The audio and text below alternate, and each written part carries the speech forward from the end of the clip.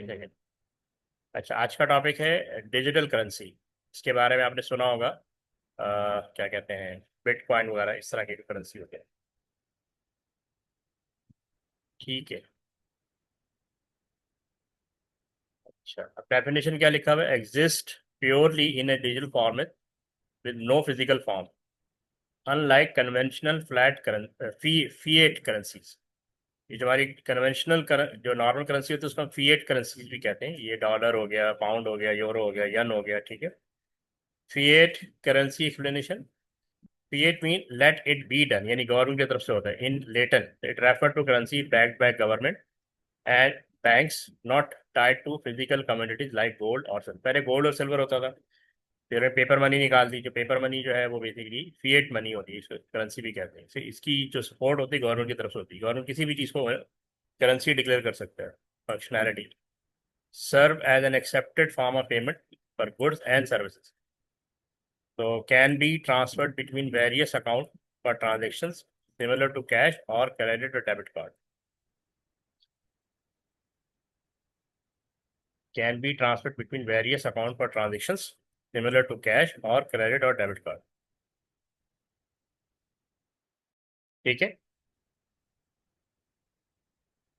Slide में देख लो कि इशू है तो डिस्कस कर ले।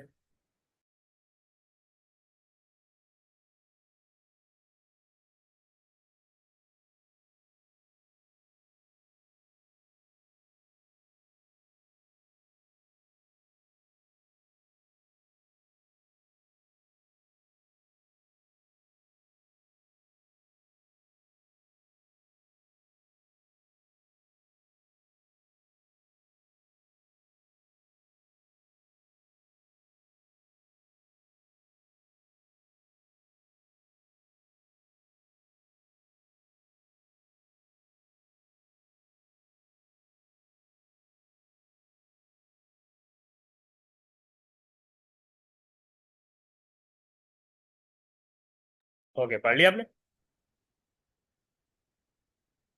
एनी प्रॉब्लम इस स्लाइड में, ताकि मैं आगे बढ़ूं?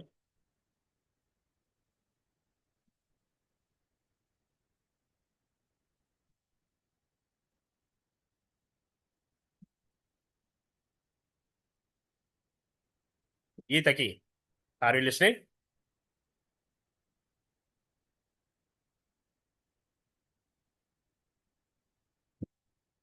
हाँ देखो, पहले तो डेफिनेशन पढ़ लो ना आप। सिंपल डेफिनेशन है। जो नॉर्मल करेंसी होती है, जो हम डेली लाइफ में यूज करते हैं, उसको हम कहते हैं फिएट करेंसी, यानी कन्वेंशनल फिएट करेंसी। ठीक है। वो डॉलर हो सकता है, रुपीज हो सकता है, पाउंड है, यूरो है, यन है। ठीक है। तो अभी आवाज आ रही मेरी? My voice is coming?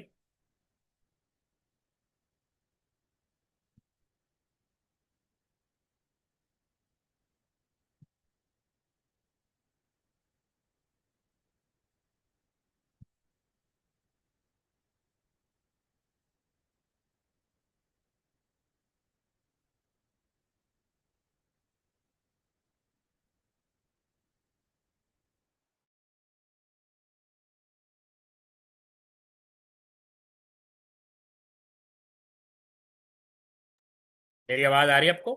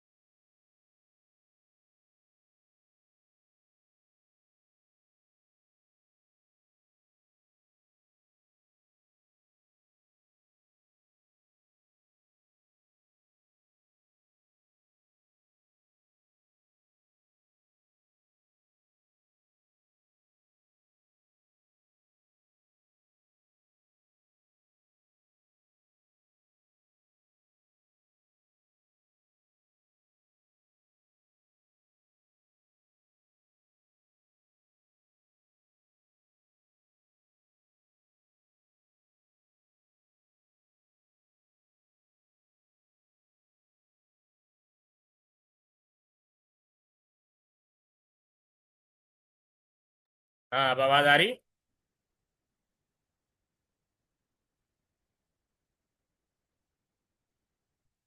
ठीक है, पहले ये पढ़ लो, अगर कोई इशू है तो फिर हम डिस्कस कर लेते हैं। Just go through quickly.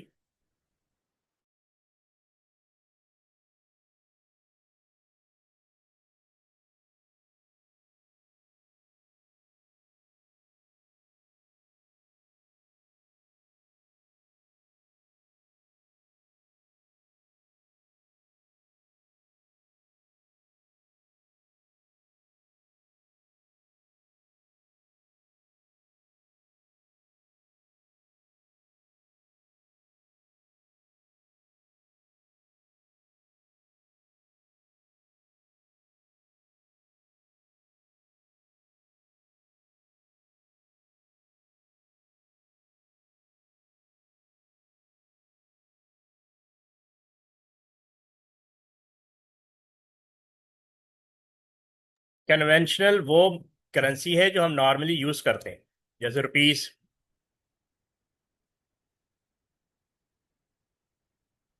Conventional मतलब जो नॉर्मल करेंसी है जो हम नॉर्मल यूज करते हैं, रुपीस हो गया, जो डेली लाइफ में हम यूज करते हैं।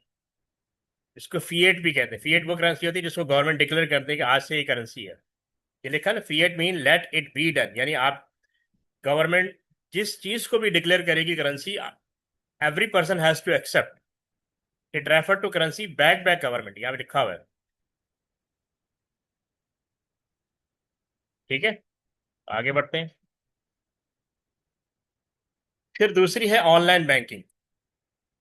तो जो फिजिकल करेंसी थी वो फिएट करेंसी थी। फिर ऑनलाइन बैंकिंग आ गई। Enable online banking through platform like PayPal और smartphone app like Apple Pay. Money exist as data on a computer system but can be converted into physical cash if needed. ठीक है। अच्छा, इसके पीछे central bank होता है। Digital currency transaction typically rely on a central bank system for processing. जैसे आप मुझे अमाउंट ट्रांसफर करते हैं, ठीक है ना, तो निक वो पर्सन है जो अमाउंट ट्रांसफर करना चाह रहे हैं, इसका बैंक अकाउंट बैंक एक्स के अंदर है। निक का बैंक अकाउंट बैंक एक्स के अंदर है। इसने रीना को अमाउंट भेजना है और उसका अकाउंट बैंक वाई के अंदर है। लेकिन इन दोनों बैंक को मॉनिटर कर रहा है सेंट्रल बैंक, जैसे पाकिस्तान में स्टेट बैंक होता है। If Nick want to send money to Irina, he uses bank X while Irina uses bank Y. ठीक है। तो हम जो ऑनलाइन ट्रांसफर करते हैं वो इस प्रोसेस के थ्रू करते हैं।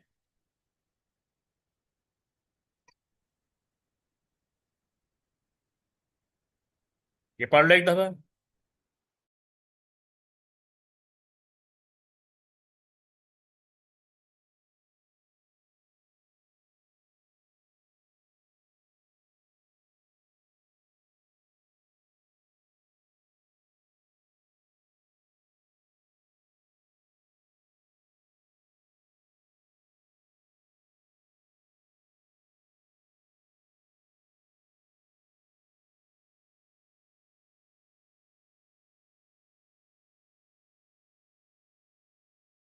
ठीक है, अब इसका कुछ इशू लिखे हुए, issues with centralisation digital currency. ठीक है। अच्छा, ये जो हम ऑनलाइन बैंकिंग होती है, सेंट्रल बैंकिंग भी कहें, यानी इसको मॉनिटर कर रहा है सेंट्रल बैंक, किस बैंक से ट्रांजैक्शन जा रही है, किस बैंक में मूव हो रही है। ठीक है ना, इसको सेंट्रल बैंक हमेशा मॉनिटर करेगा। तो यहाँ पे issues with centralisation digital currency, इसमें सबसे बड़ा इशू आता है कॉन्फिडेंशियलिटी एंड सिक्योरिटी। इसी वजह से जो फ्रॉड आते हैं, साइबर साइबर अटैक होते हैं, साइबर क्राइम की जो एक्टिविटी होती है, जो आपसे कहता है इस लिंक पे क्लिक करें, कभी कॉल आ जाती है, कभी कुछ हो जाता है, अल्टीमेटली जो है वो आपका बैंक अकाउंट खाली हो जाता है। तो उसमें सबसे बड़ा इशू सिक्योरिटी का है। Maintaining confidentiality and security has been a challenge in centralised digital currency system. हालांकि पूरा मॉनिटर हो रहा होता है उसके, क्योंकि एक बैंक से दूसरे बैंक ही अमाउंट जाएगा, लेकिन उसके बावजूद इसमें हैकिंग बहुत ज़्यादा हो रही है। तो लोगों के बैंक अकाउंट खाली हो जाते हैं, स्पेशली जो बूढ़े लोग होते हैं, जो इलिटरेट होते हैं, जो बैंकिंग सिस्टम को अच्छी तरह अंडरस्टैंड नहीं करते, तो किसी ना किसी वजह से उनका अमाउंट कहीं और ट्रांसफर हो जाता है। ठीक है, सबसे बड़ा इशू कॉन्फिडेंशियलिटी एंड सिक्योरिटी। अब इसका सोल्यूशन निकला क्रिप्टो करेंसी। ठीक है, सोल्यूशन क्या है? क्रिप्टो करेंसी इंट्रोड्यूसेस डिसेंट्रलाइजेशन, यानी इसका जो मेन फीचर है वो डिसेंट्रलाइज, यानी आपको कोई मॉनिटर नहीं कर रहा। Kind of that. Monitoring control इसमें भी होते हैं, लेकिन आपकी जो ट्रांजेक्शन होती है प्योर सिक्योर होती है, which addresses these confidentiality and security concern. इसमें होता है कि इसके थ्रू आपके हैकिंग के चांस कम हो जाते हैं। अभी कह रहा है benefit of decentralisation reduces reliance on a central authority enhancing security. यानी सेंट्रल अथॉरिटी, अब आपको कुछ सेंट्रली नहीं देख रहा है या वॉच कर रहा है कि आपका डेटा कहाँ से कहाँ जा रहा है। Offer greater privacy for transaction compare to traditional digital currencies.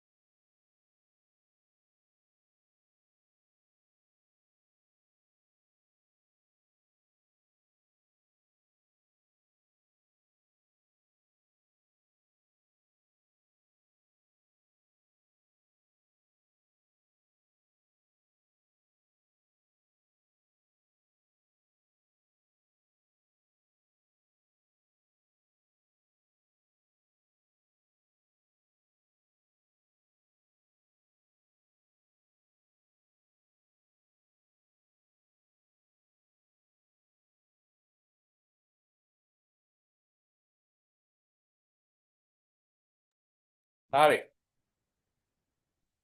अच्छा देखो, फिर से डिस्कस करते हैं। जो ऑनलाइन बैंकिंग है, जिसमें सेंट्रल बैंक इन्वॉल्व होता है, जिसको पता होता है कि बैंक ए से बैंक बी में अमाउंट गया है, उसके साथ सबसे बड़ा इशू है कॉन्फिडेंशियलिटी का और सिक्योरिटी का। इसीलिए आपने अक्सर सुना होगा कि बैंक अकाउंट खाली हो जाते हैं। खासतौर से बूढ़े लोग होते हैं या जो इलिटरेट होते हैं या अननोन, जिन्हें पता नहीं होता कि बैंक को कैसे हैंडल करना है, उनके साथ ये इशू आता है कि उनके पैसे ऑनलाइन ट्रांसफर हो जाते हैं किसी न किसी वजह से। तो मेन इशू वो यही है कि सेंट्रल बैंक इस चीज़ को मेंटेन नहीं कर पाता कि कॉन्फिडेंशियलिटी क्या होनी चाहिए और सिक्योरिटी क्या होनी चाहिए।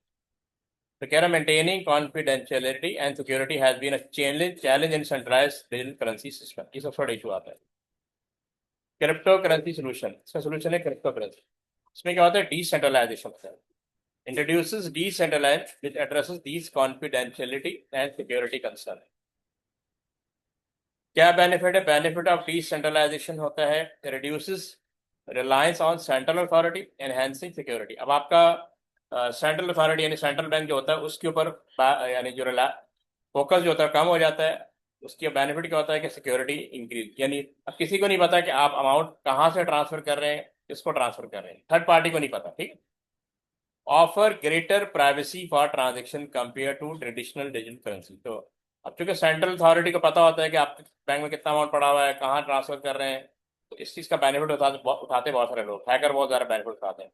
लेकिन यहाँ पे आपकी प्राइवेसी मेंटेन रहती है। नोबडी नोज कि निक ने ये अमाउंट भेज, निक का अपना एक डिजिटल वॉलेट होगा, ये लिखा निक वॉलेट्स, निक के वॉलेट से एरिना के वॉलेट में अमाउंट चला। देखो बीच में कोई सेंट्रल अथॉरिटी नहीं, यानी आपके वॉलेट से पैसा इसके वॉलेट में आ गया, सिंपल। ठीक है, या इसके वॉलेट से पैसा इसके वॉलेट में आ गया, जो भी है। तो अब बीच में सेंट्रल अथॉरिटी कोई नहीं है, नो सेंट्रल अथॉरिटी। सो एक बार पढ़ लो, फिर डिस्कस कर लेते हैं।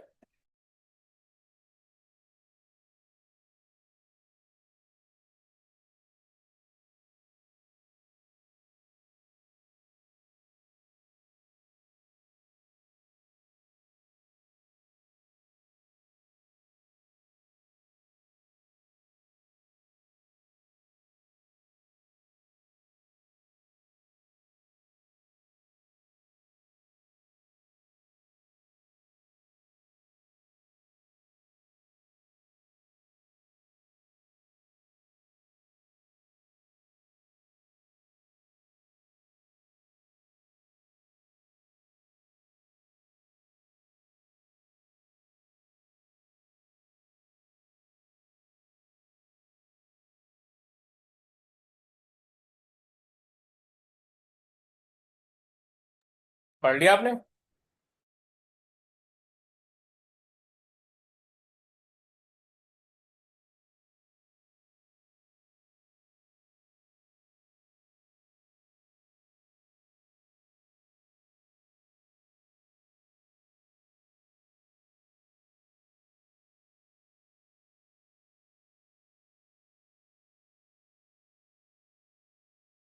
ठीक है।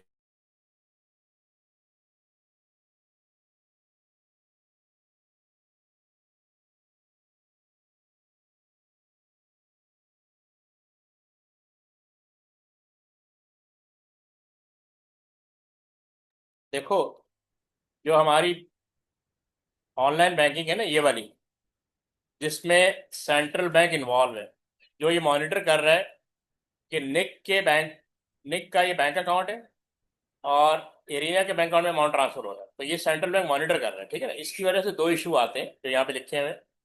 एक है कॉन्फिडेंशियलिटी का और दूसरा सिक्योरिटी। ये दो इशू आते हैं जो हम ऑनलाइन बैंकिंग करते हैं, उसके अंदर ये इशू आता है। इस चीज़ को क्रिप्टो करेंसी ने सोल्यूशन दिया है, डिसेंट्रलाइज करने का। यानी अब आपको थर्ड पार्टी मॉनिटर नहीं करेगी कि आपका पैसा कहाँ से कहाँ जा रहा है। ये सबसे बड़ा बेनिफिट है इसके अंदर, ठीक है। थर्ड पार्टी को अब नहीं पता कि आपका पैसा कहाँ से कहाँ जा रहा है। सिंपली आपका अपना डिजिटल वॉलेट होगा, जैसे निक का वॉलेट लिखा हुआ है, वो एरिना जिसके अकाउंट में पैसा ट्रांसफर करना है उसके अकाउंट पैसा चला जाएगा। सिंपल। ये लिखिए, reduces reliance on a central authority. अब आप सेंट्रल अथॉरिटी पर रिलाय नहीं कर सकती। एनहेंसिंग सिक्योरिटी, इससे सिक्योरिटी इंक्रीज हो जाती है। ऑफर ग्रेटर प्राइवेसी, यानी कॉन्फिडेंशियलिटी। आपका अकाउंट कॉन्फिडेंशियल रहता है, किसी को नहीं पता आपके अकाउंट में कितना पैसा है, ठीक है। आगे बढ़े। अब यहाँ पे कुछ फीचर लिखे हुए हैं। क्रिप्टोग्राफी टेक्नोलॉजी है, क्रिप्टोग्राफी क्रिप्टो करेंसी ही से रिलेटेड है, ठीक है। Cryptography for tracking uses cryptography, ये काइंड ऑफ टेक्नोलॉजी होती है to track transaction providing enhance security. यानी आप ट्रैक कर सकते हैं अपने ट्रांजेक्शन को कि कहाँ से कहाँ गई है, ठीक है। ये सबसे बड़ा बेनिफिट है। डिसेंट्रलाइजेशन, सबसे बड़ा बेनिफिट है। डिसेंट्रल का मतलब कि थर्ड पार्टी आपको मॉनिटर नहीं कर रही, जैसे सेंट्रल बैंक मॉनिटर करता है हमारे ऑनलाइन बैंकिंग में, यहाँ पे कोई सेंट्रल बैंक नहीं होता। Created to address issues related to centralisation of traditional digital currencies, unlike traditional digital currency regulated by central bank and government. तो जो हमारी डिजिटल करेंसी जो ऑनलाइन बैंकिंग है उसको गवर्नमेंट भी चेक एंड बैलेंस कर रही होती है, सेंट्रल बैंक भी देख रहा होता है। Crypto currency operate without state control with rule determine bye community. यहाँ पे कम्युनिटी होती है, वो रूल बनाती है। यानी यहाँ पे कोई सेंट्रल, यानी जो स्टेट होती है उसका कोई कंट्रोल नहीं है। यानी सेंट्रल बैंक कह लें, क्योंकि सेंट्रल बैंक गवर्नमेंट का होता है, वो आपको वॉच कर रहा है आपकी बैंक में कितना पैसा है, एक बैंक से जा रहा है दूसरे बैंक में। तो जब कोई बड़ा अमाउंट होता है तो आपको फौरन नोटिस आ जाता है कि इतना बड़ा अमाउंट आपने क्यों ट्रांसफर किया, और आपके पास ये पैसा कहाँ से है, आपके अकाउंट पैसा आ जाएगा, आपसे पूछा जाएगा। लेकिन यहाँ कोई भी आपसे नहीं पूछेगा कि करोड़ों रुपए आपके अकाउंट में क्यों आ रहा है। सबसे बड़ा बेनिफिट क्रिप्टो करेंसी का, सबसे बड़ा बेनिफिट ये है कि आपसे कोई नहीं पूछेगा कि इतना पैसा आपके पास कहाँ से आ रहा है और कहाँ जा रहा है, क्यों जा रहा है, कोई भी नहीं। इसीलिए प्राइवेसी यहाँ मेंटेन रहती है। अच्छा, अब ये लिखा हुआ है public transactions, all transaction are publicly available, allowing for transparency and tracking of transaction history। यानी आप इसको अपनी ट्रांजेक्शन को मॉनिटर कर सकते हैं खुद। The total amount of money in the system is continuously monitor, ठीक है।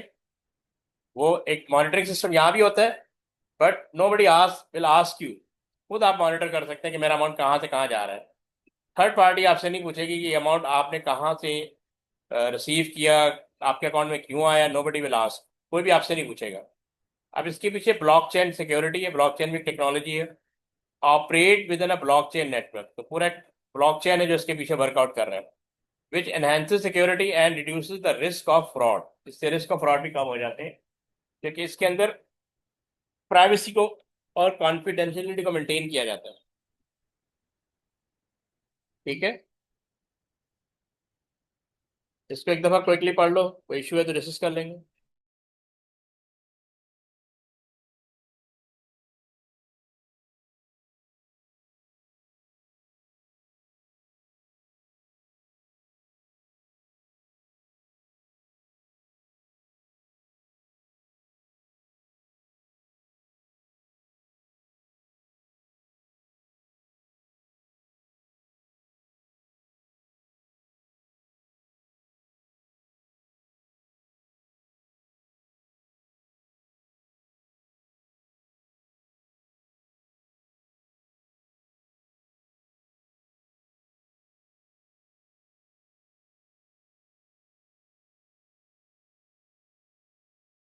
क्रिप्टोग्राफी टेक्नोलॉजी है जो क्रिप्टो करेंसी को मैनेज करती है, यानी हर काम के पीछे एक टेक्नोलॉजी होती है। तो इस टेक्नोलॉजी को कहते हैं क्रिप्टोग्राफी। एक ये टेक्नोलॉजी है और एक blockchain technology. Main technology blockchain है, जो हर जगह बहुत सारी जगह यूज होती है। क्रिप्टो करेंसी को मैनेज करने के लिए भी ब्लॉकचेन को यूज किया जाता है। मतलब क्या कह रहा है, uses cryptography to track transaction. ये आप अपनी ट्रांजेक्शन्स को ट्रैक कर सकते हैं कि किन किन कंप्यूटर से होती हुई जा रही है। जैसे पार्सल आता है, उसके पीछे भी क्रिप्टोग्राफ ये ब्लॉकचेन टेक्नोलॉजी यूज होती है, यानी पूरी चेन डेवलप हो जाती है कि पार्सल कहाँ से निकला, इस वक्त कहाँ पे, मेरे पास कब तक पहुंचेगा, इस तरह।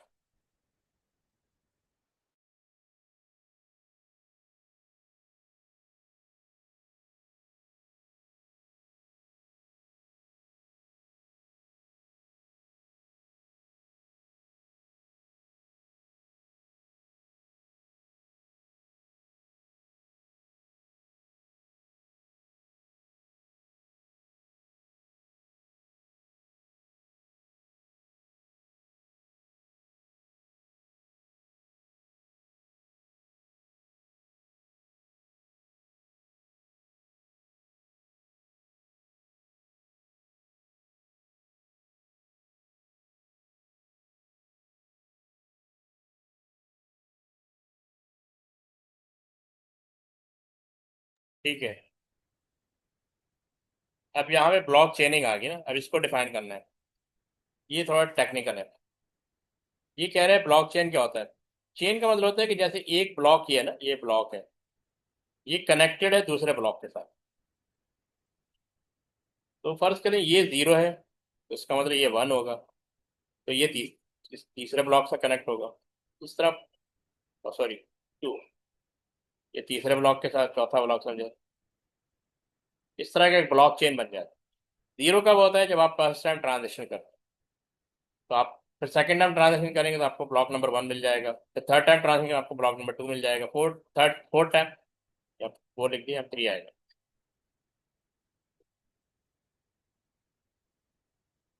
तो आप फोर्थ टाइम ट्रांजेक्शन करेंगे तो ब्लॉक नंबर थ्री आपको मिल जाएगा। इस तरह आप फर्दर ट्रैक होते चले जाते हैं। इसी को कहते हैं ब्लॉक चेन। कह रहा है blockchain is a decentralised database. ये डेटाबेस होता है where transaction of network member are stored. तो आप बेसिकली इस ब्लॉक चेन का हिस्सा बन जाते हैं जब भी फर्स्ट टाइम ट्रांजेक्शन इसके अंदर प्रोसेस करेंगे, क्रिप्टो करेंसी के अंदर। So you will be part of community. Community का पूरा एक नेटवर्क बना होता है। स्ट्रक्चर क्या होता है, कंपोज ऑफ इंटरकनेक्टेड कंप्यूटर। तो ये जीरो क्या, जहां मैंने जीरो लिखे कंप्यूटर है, that do not rely on a central server. यानी इसके ऊपर किसी और कंप्यूटर का कोई कंट्रोल नहीं है। सेंट्रल सर्वर से ये बिल्कुल अलग होता है, यानी there is no central server जो मॉनिटर करे आपकी एक्टिविटी को। All transaction data is replicated. Replicated का मतलब होता है कॉपी करना, यानी जीरो जीरो कंप्यूटर से कंप्यूटर वन पे चलेगी, कंप्यूटर वन से कंप्यूटर टू पे चलेगी, कंप्यूटर टू से कंप्यूटर थ्री पे चलेगी, across all computer in the blockchain network. Transaction process क्या है, when a new transaction occur, every network computer receive a copy. तो होता है कि जब भी आप फर्स्ट टाइम ट्रांजेक्शन करेंगे या सेकंड टाइम करें, हर दफा आपकी ट्रांजेक्शन की कॉपी, जितने भी ब्लॉक चेन में कंप्यूटर, सबको एक कॉपी चली जाएगी कि ये ट्रांजेक्शन इस कंप्यूटर से हुई है। Changes to transaction data require the consent, consent कहते हैं मर्जी, of all network member, enhancing security and integrity. अगर आपने अपनी ट्रांजेक्शन को चेंज करना है तो आपको परमिशन लेनी पड़ेगी जो नेटवर्क के मेंबर होंगे या कम्युनिटी के जो मेंबर होंगे। ठीक है।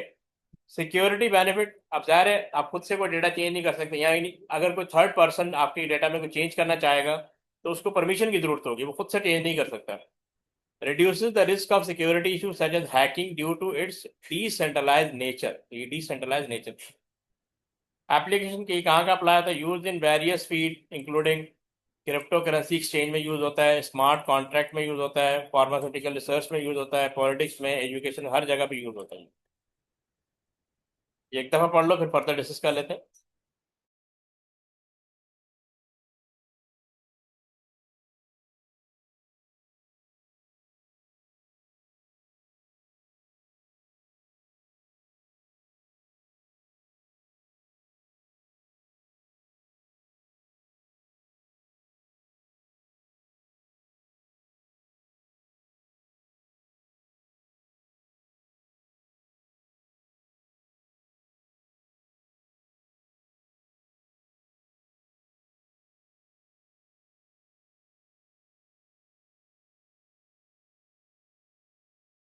ठीक है।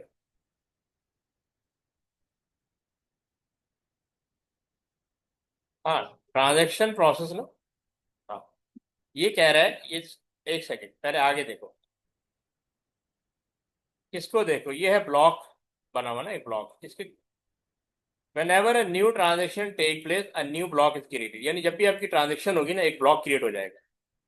डेटा, इसमें तीन चीजें होंगी। Data, for example name of sender and recipient, amount of money and so on. एक डेटा एक एलिमेंट है, डेटा है। इसकी बेस पे ना एक हैश वैल्यू जनरेट होगी, a unique value generated by an algorithm. क्योंकि एल्गोरिथम यानी प्रोग्रामिंग की हुई होती है, उसको हम कहते हैं algorithm. Usually a cryptographic algorithm called SHA-256, इसका नाम है, which act as a fingerprint, यानी आपका एक फिंगरप्रिंट जनरेट हो जाता है, उसका एक कोड होगा, यानी किस पर्सन ने ट्रांजेक्शन की है, तो आपको एक कोड असाइन कर दिया जाएगा है, उसको उसको कहते हैं हैश वैल्यू, यूनिक वैल्यू। ठीक है, ये हमेशा यूनिक होगी। Previous hash value this point back to a previous block in the chain. ये इंपॉर्टेंट है। जब आपका फर्स्ट, जैसे मैंने बनाया था ना, ये फर्स्ट ब्लॉक, आप जब फर्स्ट टाइम ट्रांजेक्शन करेंगे तो फर्स्ट एक ब्लॉक होगा। अब जाहिर है इसका प्रीवियस तो कोई नहीं है, तो आपको एक हैश वैल्यू दी थी, फर्स्ट करो 001, ये आपको हैश वैल्यू दी थी। अब आपने सेकंड टाइम ट्रांजेक्शन की तो ये ब्लॉक नंबर 1 बन जाएगा। अब इसको, इस हैश वैल्यू को इसके साथ लिंक कर दिया जाएगा कि इसकी प्रीवियस वैल्यू क्या है, 001, और यहाँ पे आपको दिया जाएगा 002, एक नया हैश वैल्यू दे दिया। हर दफा जब आप एक ट्रांजेक्शन करेंगे एक नया ब्लॉक क्रिएट होगा, उसमें ये तीन चीजें होंगी, डेटा होगा, हैश वैल्यू होगी, और प्रीवियस ब्लॉक के साथ आपको लिंक किया जाएगा, प्रीवियस ब्लॉक के साथ आपको लिंक किया जाएगा। इससे क्या होता है, ऑथेंटिकेशन हो जाती है। अब ये ब्लॉक नंबर 2 है, और यहाँ पे इसको लिंक किया जाएगा इसके साथ कि प्रीवियस ट्रांजेक्शन आपकी 002 थी, अब करंट ट्रांजेक्शन आपकी 003 है, यानी ये आपका हैश वैल्यू है। तो ये जो 001 लिखा है ये हैश वैल्यू, हमेशा आपको यूनिक एक वैल्यू असाइन कर दी जाएगी। इससे आप ट्रैक हो जाते हैं, यानी कोई नया बंदा आपके अकाउंट को यूज नहीं कर सकता, वो पूछेगा भी, क्योंकि फर्स्ट टाइम तो ज़ाहिर है वो जो नया बंदा आएगा वो फर्स्ट टाइम तो ट्रांजेक्शन नहीं करेगा। ठीक है ना, क्योंकि हमेशा original person first time transaction process करता है, उसके बाद जब वो सेकंड टाइम करेगा, थर्ड टाइम कर, हर दफा एक ब्लॉक बन जाएगा, हर दफा उसको एक हैश वैल्यू असाइन की दी जाएगी। तो वो जब भी वो ट्रांजेक्शन परफॉर्म करेगा उससे पूछा जाएगा कि प्रीवियस ट्रांजेक्शन नंबर बताओ, तो अगर उसके बाद नहीं होगा तो उसका मतलब उसको अलाउ नहीं किया जाएगा ट्रांजेक्शन ट्रांसफर करने के लिए, अमाउंट ट्रांसफर करने के लिए। ये है, इसको कहते हैं ब्लॉक चेन, यानी एक ब्लॉक का दूसरे ब्लॉक से कनेक्ट हो जाना। और हमेशा इसको एक वो दे दिया जाएगा, हैश वैल्यू। ठीक है, अब ये दिया हुआ है। अब हम थियोरेटिकली समझ लेते हैं, पीछे हमने डायग्राम में उसे देखा था, how block chain work. New transaction, a new transaction trigger the creation of a new block, यानी एक ब्लॉक आपका बन गया, ये पहला ब्लॉक बन गया, 0 ब्लॉक है, और अब आपको दे दिया 001 hash value. Component of block, तीन कंपोनेंट होते हैं, एक तो डेटा इटसेल्फ, यार इसके अंदर डेटा है, contain transaction detail such as name of the sender and recipient, इसके अंदर होगा and amount of money involve. ठीक है, फिर है hash value, a unique value generated by an algorithm commonly SHA 256, ये इस टेक्नोलॉजी का नाम है जो हैश वैल्यू जनरेट करता है, serving as a digital fingerprint for the block. यानी आपके जैसे वो सिम लेने जाते हैं ना, आपसे फिंगरप्रिंट लिया जाता है इसके ऑथराइज पर्सन को सिम दे रहे हैं, इसी तरह आप भी ऑथराइज हो जाते हैं कि आप ये जो ब्लॉक है आपसे रिलेटेड है। फर्स्ट टाइम में प्रीवियस हैश वैल्यू नहीं होती, ठीक है, क्योंकि जीरो है, लेकिन जब आप सेकंड टाइम ट्रांजेक्शन करेंगे तो एक सेकंड ब्लॉक आपको असाइन कर दिया जाएगा, इसका फर्स्ट ब्लॉक नंबर 1 है, तो इसको पहले तो आपको इसको लिंक किया जाएगा प्रीवियस वैल्यू का कि ये 001 से रिलेटेड है, और यहाँ आपको 002 करंट ब्लॉक का हैश वैल्यू 002 असाइन कर दी जाएगी। Link the new block to the previous block in chain ensuring continuity. तो क्योंकि आप सेकंड टाइम ट्रांसफर करने जा रहे हैं, आपको मेक इंश्योर किया जाएगा कि you are the authorise person या ऑथेंटिक पर्सन जो कि इस ट्रांजेक्शन को प्रोसेस कर सकता है। हैश जनरेशन देखो हर दफा कह रहा है, each time a new block is created a unique hash value generated incorporating a time stamp to mark when the transaction. एक तो इससे टाइमिंग का पता लगेगा। आप फर्स्ट में थर्ड टाइम ट्रांजेक्शन कर रहा हूँ, ये नंबर 2 है या ब्लॉक का नंबर 2 है, तो इसको लिंक कर दिया जाएगा इसके साथ, और यहाँ पे नया हैश वैल्यू में दे दीजिएगा 003। Chain of block, the block chain consist of sequential chain of block, पूरा एक चेन ऑफ ब्लॉक बन जाएगा with each block referencing the previous one से रेफर करेंगे, maintaining the integrity and order of transaction. ठीक है, तो ये आप पढ़ लें एक दफा।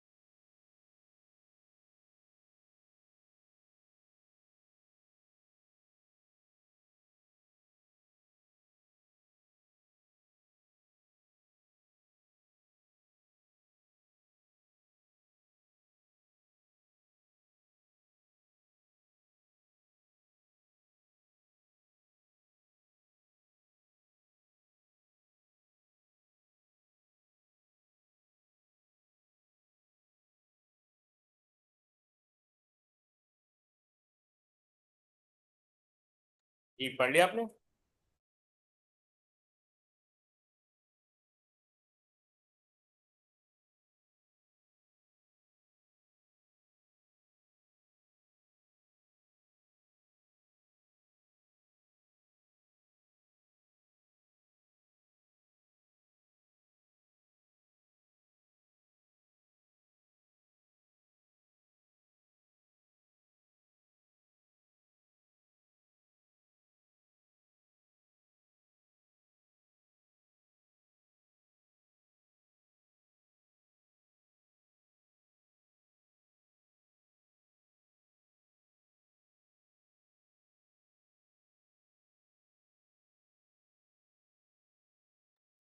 हाँ, ये देखो, ये जो हमने डिस्कस किया था ना, ये वाला इसी की डिस्क्रिप्शन है। ठीक है,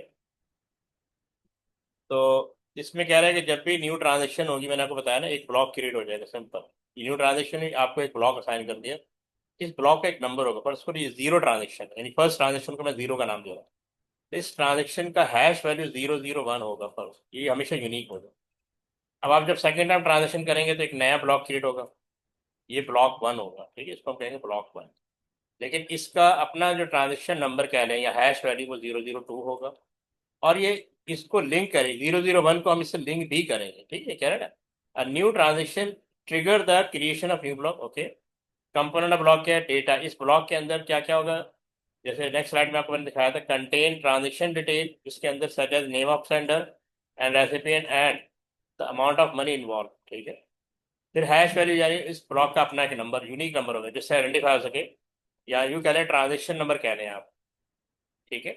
अ unique value generated by an algorithm, जब भी ट्रांजेक्शन होगी, यानी ट्रांजेक्शन का मतलब एक्सचेंज ऑफ मनी, तो जब भी आप एक्सचेंज ऑफ मनी करेंगे, किसी को पैसा भेज रहे हैं या किसी से पैसा ले रहे हैं, इसको हम कहते हैं ट्रांजेक्शन। तो हमेशा एक यूनिक वैल्यू जनरेट होगी जिसको हैश वैल्यू कहते हैं। Unique value generated by an algorithm commonly SHA 256, ये एक पूरा सिस्टम है जो यूनिक वैल्यू जनरेट करता है, serving as a digital fingerprint for the block. Finger का मतलब है कि आप आपको एज ए पर्सन रिकॉर्ड कर लिया गया, आपसे रिलेटेड है ये ट्रांजेक्शन। प्रीवियस हैश वैल्यू से लिंक किया जाएगा। ये देखो ट्रांजेक्शन नंबर 1 जो है इससे लिंक होगी 001 के साथ। Link the new block to the previous block, ये 1 जो है न्यू ब्लॉक है, 0 जो है प्रीवियस ब्लॉक, इन दोनों को लिंक किया जाएगा इन द चेन इंश्योरिंग कंटिन्यूटी, इससे कंटिन्यूटी मेंटेन रहती है। दायरे आपको ट्रैक किया जाएगा ना कि आप कहाँ से बिलोंग कर रहे हैं, तो आपका ये जो 0 ब्लॉक बताएगा कि आपकी फर्स्ट ट्रांजेक्शन किस डेट को किस टाइम पे हुई थी। हैश जनरेशन कैसे होगा, each time a new block is created, एक हैश वैल्यू जनरेट होगी, a unique hash value is generated incorporating a time stamp of mark when the transaction occur. तो बेसिकली हमेशा एक हैश वैल्यू जनरेट होगी जब भी आप ट्रांजेक्शन परफॉर्म होगी। चेन ऑफ ब्लॉक बन जाएगा, the block chain consist of sequential chain of block, यानी एक ब्लॉक के बाद दूसरा block, with each block referencing the previous one, जब भी नया ब्लॉक क्रिएट होगा प्रीवियस वन से लिंक कर रहा होगा। तो maintaining the integrity and order of transaction, इससे ऑर्डर ऑफ ट्रांजेक्शन की भी पता लग जाएगा, ठीक है। ये ऑलरेडी हम डिस्कस कर लिया था।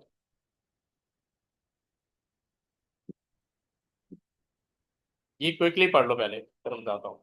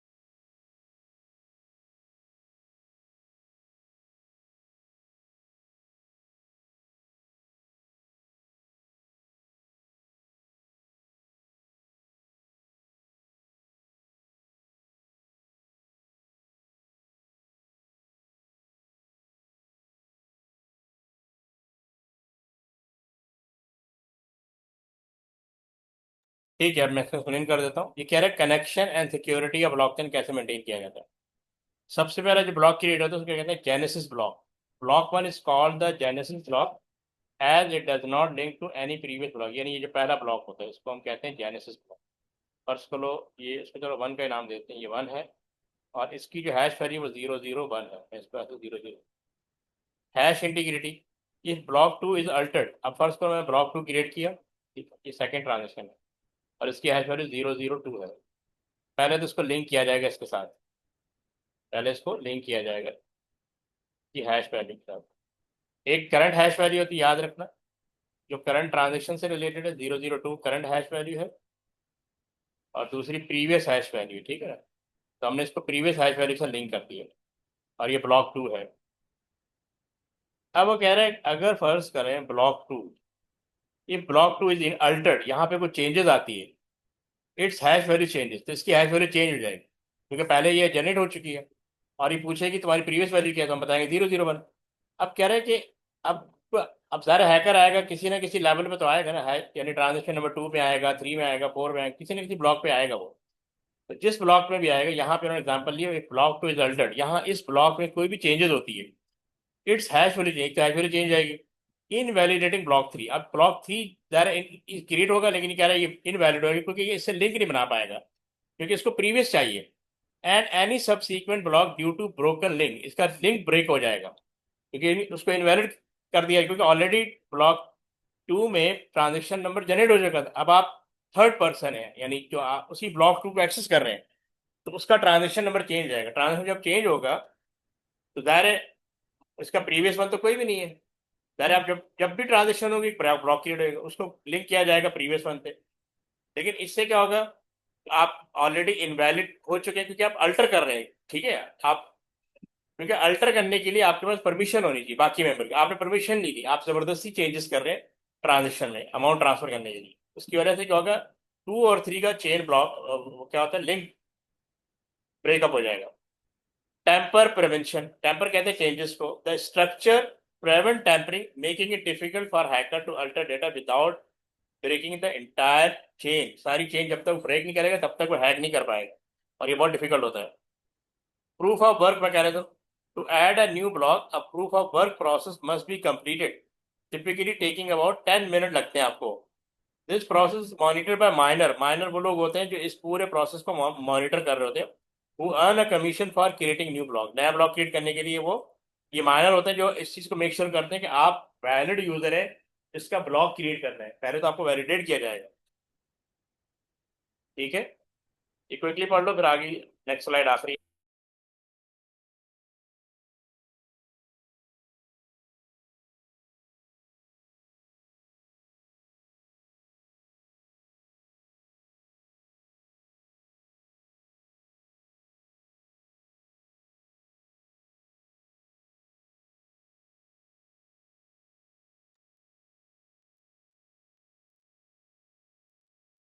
अब कह रहे हैं रेगुलेशन बाय नेटवर्क। ये देख लो, प्रीवियस हैश, क्योंकि पहला ब्लॉक क्रिएट हो रहा है उसकी हैश वैल्यू है A4BF। अब आपने सेकंड ट्रांजेक्शन की तो आपका सेकंड ब्लॉक आ गया। ठीक है, 1 है, ये 2 है। और जैसे हमने पीछे पढ़ा था कि जब भी नया ब्लॉक क्रिएट होगा तो प्रीवियस वाले से इसको लिंक किया जाएगा। ये A4BF, देखो A4BF यहाँ पे भी, A4BF यहाँ पे, और इसकी अपनी हैश वैल्यू 6AB1 जनरेट हो। अब इन दो ब्लॉक का आपस में लिंक बना दिया गया। अब अगर हैकर आता है तो जाहिर है वो इसी में चेंजेस करेगा ना। जब इसमें चेंज करेगा एक नया ब्लॉक आ जाएगा, 3 हो गया। अब इसको पहले तो इनवैलिडेट कर दिया जाएगा क्योंकि वो इसमें चेंजेस कर रहा है। ठीक है ना, नया ब्लॉक नहीं क्रिएट करेगा, लेकिन ऑटोमेटिकली ब्लॉक क्रिएट हो जाएगा तो इस पे लिंक करने की कोशिश करेगा, और उसके लिंक को ब्रेकअप कर दिया जाएगा क्योंकि उस पहले उसको इनवैलिड कर दिया जाएगा कि from where he is coming. तो अब ये कह रहे हैं कि the decentralise nature regulation by network, पूरा एक नेटवर्क टीम होती है जो इसको रेगुलेट कर रही होती है, जो मॉनिटर कर रही है। The decentralise nature mean all network computer help regulate the currency making it resilient against hacking, यानी मुश्किल बना देती है हैकिंग के लिए। Hacking difficulty, to successfully hack the blockchain an attacker would need to compromise every block simultaneously. So just one block being altered can terminate any transaction linked to it. जैसे ही किसी एक ब्लॉक को alter करेगा, मतलब amount जबरदस्ती transfer करने की कोशिश करेगा, तो उसके जितने भी लिंक है सबको ब्रेकअप कर दिया जाएगा। तो ज़ाहिर है वो आगे किसी कंप्यूटर पर ट्रांसफर ही नहीं कर पाएगा, लिंक जो ब्रेक हो जाएगा। New block verification, when a new block is created it is sent to all computer in network for verification before being added to the block. वही वाली बात, जब भी आप ट्रांजेक्शन, अगर आप जेन्युइन यूजर हैं और आप अपना नया ब्लॉक क्रिएट करें, मतलब आप न्यू ट्रांजेक्शन, तो सबसे पहले आपको वेरीफाई किया जाएगा कि क्या आप जेन्युइन यूजर हैं भी या नहीं।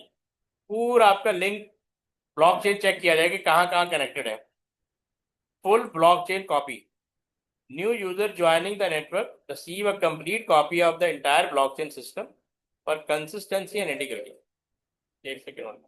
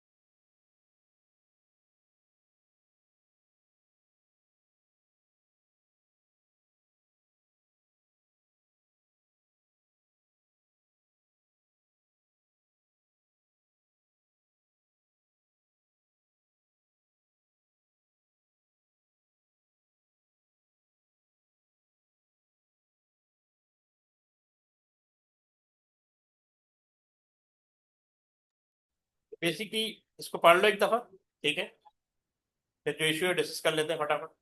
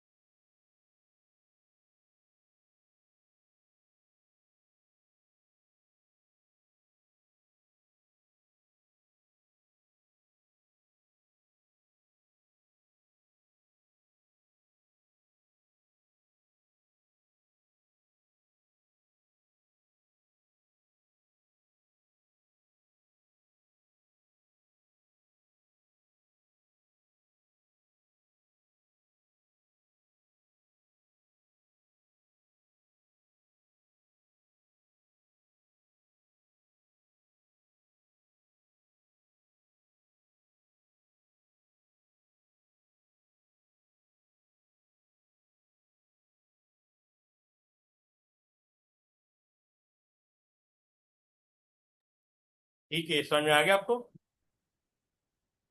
इसको एंड करें?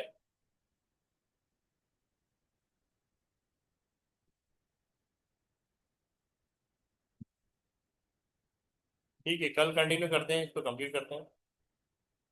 अल्लाह हाफिज।